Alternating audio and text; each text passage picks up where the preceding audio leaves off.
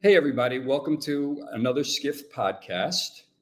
I'm Dennis Schaal, founding editor of Skift, and I'm here with Seth Borko, senior research analyst at Skift Research, and my favorite person to shoot the shit with about all things online travel. How you doing, Seth? Good, Dennis. I'm really, really glad to be here. And we're talking about Airbnb and booking today, right, Dennis? That's it. That's it. And some of the questions that came up last week. Yeah. So we were offline, I guess, shooting the shit, as you put it, about the margins on Airbnb and booking and kind of what happened in their full year 2021. We now have the full year 2021 data. And you wrote a really interesting article, Dennis. And you wrote this great article and you called booking's margins on par with Airbnb's margins. And that raised a lot of ire, didn't it? Because, yeah, I mean, you tell me what happened. You got two different messages, right? I got two different messages. One from a stock and they were saying different things, almost opposite things. So one was from a stock analyst. He messaged me privately and he said, Airbnb's margins are higher than bookings, and that ain't going to change soon. And then I got another message from someone else pointing out that they thought bookings margins were considerably higher than Airbnb's.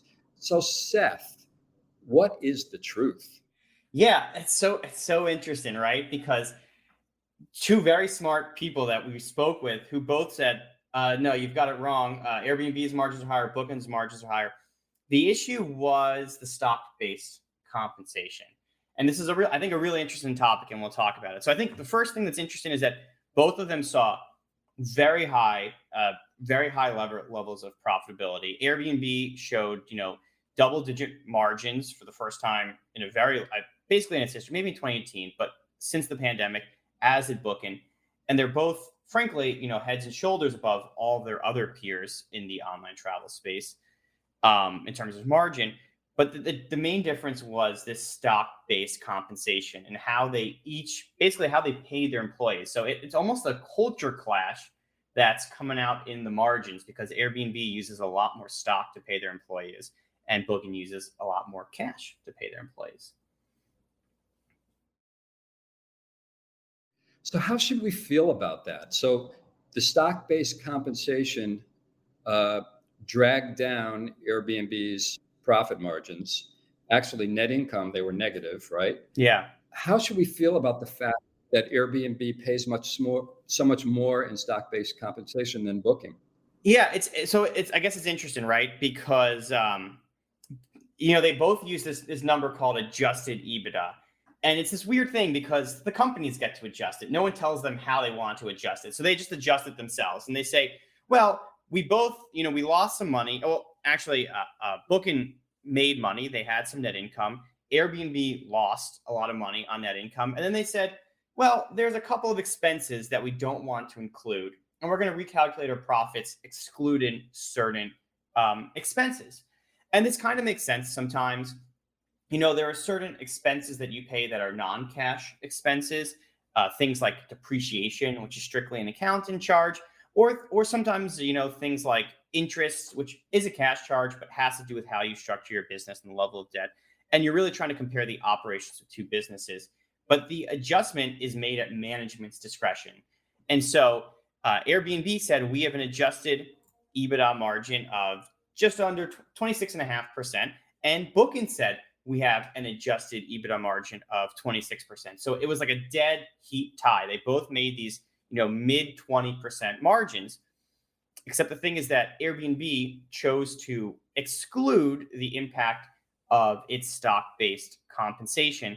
And Airbnb pays a huge amount of employees' compensation in stock. And their stock's very valuable these days, right? It's been a huge run up. And about 15% of Airbnb's revenue, stock-based compensation runs like 15% of revenue at Airbnb. So it's a massive, massive number. And when they exclude the stock-based compensation, but Booking doesn't, you're kind of comparing apples to oranges. And it actually makes Airbnb look much more profitable than they are. And so if you kind of compare them on an apples to apples basis, and you don't include, you include the stock-based compensation expense, then Airbnb's margins dropped from like 26% to like 12%, but bookings don't change at all. Bookings still at a 26% margin. So they go from being in this dead heat tie to all of a sudden Booking has nearly double the margin of Airbnb, all because of this little accounting expense and all because of how Airbnb chooses to compensate its employees and how it's able to compensate its employees. So it's one of those really interesting things when you kind of look under the hood at the margins. I know this is probably lost some viewers here. This is for the accounting geeks, but the takeaway, in my opinion, is that Airbnb still is acting very much like a startup, and it still is able to recruit and has that halo effect of a startup. And so they're able to attract employees and say, you're going to make so much stock and we're going to make you rich. And Booking probably is not able to pay using that kind of stock. And so it's a culture clash, and it's a halo effect. And it's that Airbnb still in the job marketplace feels like a startup, and we'll see how long they're able to maintain that. Right. I mean, they're both, especially in this current labor environment, they both need to recruit top-notch employees, but so is this like a long-term hangover or headwind for Airbnb? How should we consider that? It's neither good nor bad. It just means that if you include that basically they are able to pay their employees without paying them cash from their bank account. Because the Airbnb stock has done so well, and because Airbnb has such a reputation as a startup, they can pay employees without taking cash out of the bank, which is obviously a huge competitive advantage. And so on the one hand, you got to say that's good for Airbnb. It's a really powerful way to recruit and a really cost-efficient way to recruit staff. But on the other hand, you got to keep in mind that Airbnb's margins are perhaps not as high as their press release would have you believe, because in fact, they're paying a huge amount of stock to their employees, and their margins are in actuality, adjusted for this expense, 10 points lower than Bookings, whereas the headline numbers would have you believe that they are tied. So it's a really interesting dichotomy there.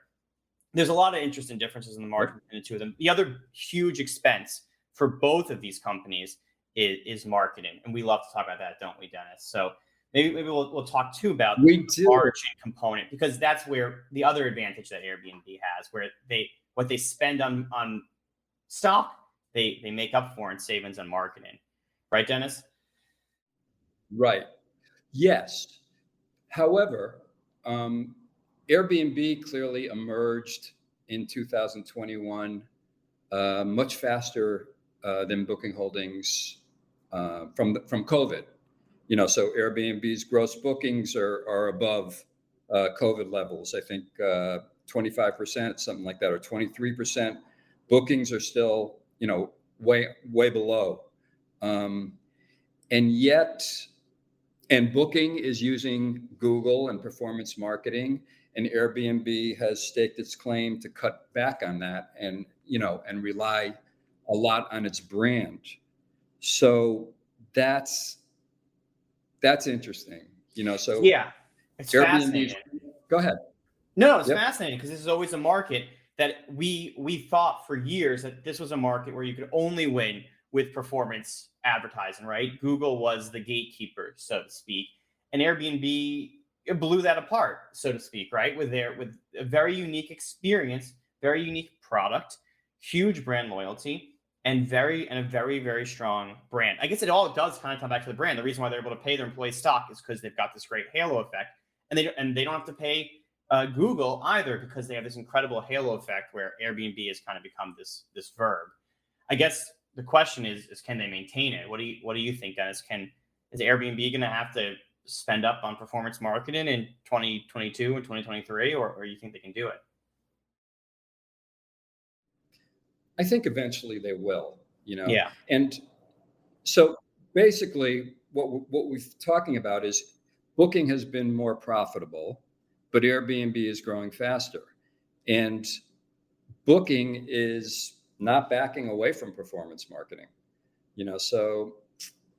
Yeah, they're not. Yeah. I mean, Airbnb is, right? I mean, this year, Booking Holdings spent about 35% of its revenue, a huge expense, nearly $3.8 billion on marketing, some performance marketing, some brand marketing. This year, the same year, Airbnb spent just 12% of their revenue, 2021, on brand and performance marketing. And so Airbnb is nearly a third relative to their size and the revenue that they earn. They're at nearly a third of the performance marketing levels that Booking does. And yet Airbnb has grown faster. So it's a pretty powerful story where they have a fraction of the marketing spend. They do have lower margins. They're not as profitable, but the growth story is much stronger and the recovery momentum is much, much stronger at Airbnb. I mean, Airbnb's revenue is now up 25% versus 2019. Bookings is still down, I think, about 27% versus 2019. And so, Airbnb is in most metrics fully recovered, whereas Booking is lagging behind somewhat. So it's a really interesting dichotomy. I don't know if Airbnb will be able to maintain that momentum forever, though. I do think that this is a pretty golden moment, for a special moment for Airbnb, between the halo of the IPO, between the pandemic sending people into vacation rentals, and just between the decade of goodwill that the company has built up with its consumer base. I think it's a real special moment for Airbnb. I don't know how long that can last, though. Which begs the question, Seth, which company has more upside? So this is bad for podcasts, but I think we have some agreement about that. Now, I mean, Booking Holdings has a growth strategy. Mm-hmm. They're going to, dig deeper into short-term rentals. They see that as a growth area. They just launched flights for the first time. Booking.com launched flights, and as we know, most people start their trip planning with a flight. They've got their connected trip strategy. They're doing payments, but on the other hand, there are so many areas that Airbnb hasn't even tapped yet. Flights, hotels, so I have to think that looking at it for the long term, that it's Airbnb is the one with the more upside. What do you think? Well, actually, I'll play a little bit of devil's advocate here. I'll go a bit contrarian, that I think Booking probably has some very good upside in the long run because, well, one, they've still got that recovery boost to come, because I think that they're not fully recovered like Airbnb is. And I was kind of alluding to this earlier. I worry about how Airbnb manages to scale beyond its core products, right? Because I think that so much of the reason why Airbnb is able to spend so little on marketing is because it is so unique, right? They're one of a kind, but they're becoming less one of a kind by the day, because, as we know, Booking and Vrbo and many others are coming for their lunch in the short-term rental space. Their suppliers are becoming more professionalized, the Vicasos and Sonders of the world, and are going to expect more and start to drive direct traffic. And I think that in their push to add hosts, Airbnb necessarily is going to have to dilute some of not everyone can be an incredible super host, right? It's just not possible. And so as they add more hosts to their platform, I think that the truly unique folks become harder to find, which means, which I think poses a fundamental, real long-term challenge to the platform. I don't know. Yeah, I mean, that's been going on for a few years now, that the mom and pop host, although they are still 90% of the hosts, according to Airbnb, they're definitely not 90% of the bookings. They're definitely not 90% of the bookings, because, those hosts, those mom and pop hosts, they might have their listing on for a couple of weeks, right? Like maybe when the Super Bowl's in town on New Year's Eve and a few weeks in the summer, they list their homes. Whereas the professional hosts are listing 365 days a year. And so from a room nights perspective, they have leverage. And then the professional hosts can charge more because they probably have a more, they have clean-in and a more luxurious place to stay. So like Sonders ADRs, the price they charge is probably higher than the mom and pops. And so you combine more availability, more higher ADRs, you wind up with a greater chunk of revenue going to Airbnb from professional hosts than just the straight listings would imply. I think about it a lot in a sense of, do you remember, like, Dennis, remember the old Mac versus PC commercials? Remember the I'm a Mac, I'm a PC guy? Do you remember that? Right. Yep. I think a lot about I'm an Airbnb versus I'm a Booking Holdings. I'm a booker. You know what I mean? Like, I think that Booking Holdings is kind of the PC of the travel world, and they have less personality, but anyone can play on their platform and they can grow and expand and whatever. Whereas I think Airbnb has a lot more personality, but not everyone, not most people don't have an iMac, right? A Macintosh computer, right? Most people have a Windows computer, right? Most applications are developed for Windows. Most, business is done on Windows, but the people who love their Macs really love their Macs, and it has a lot more personality. And Apple is one of the most valuable companies in the world. So their margin plus their moat plus their personality is powerful, but they have nowhere near, they don't have the huge dominant market share that the Windows or PCs do. That's just my thought. Right. And when it comes to PCs and Macs, Airbnb is still emphasizing individual hosts. They see that as a great area for growth, especially with the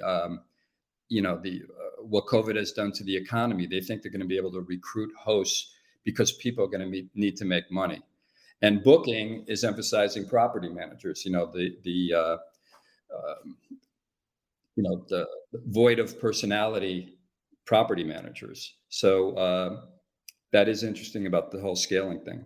Yeah. I mean, hosts have personality, and it's kind of like Etsy versus Amazon too, in a sense, right? Like, plenty of people have built wonderful businesses on some of these more curated marketplaces, and the model can work, but I don't think most of our shopping is really done on Etsy. Most of our shopping is done on Amazon, right? That's kind of, if I were to draw another analog there.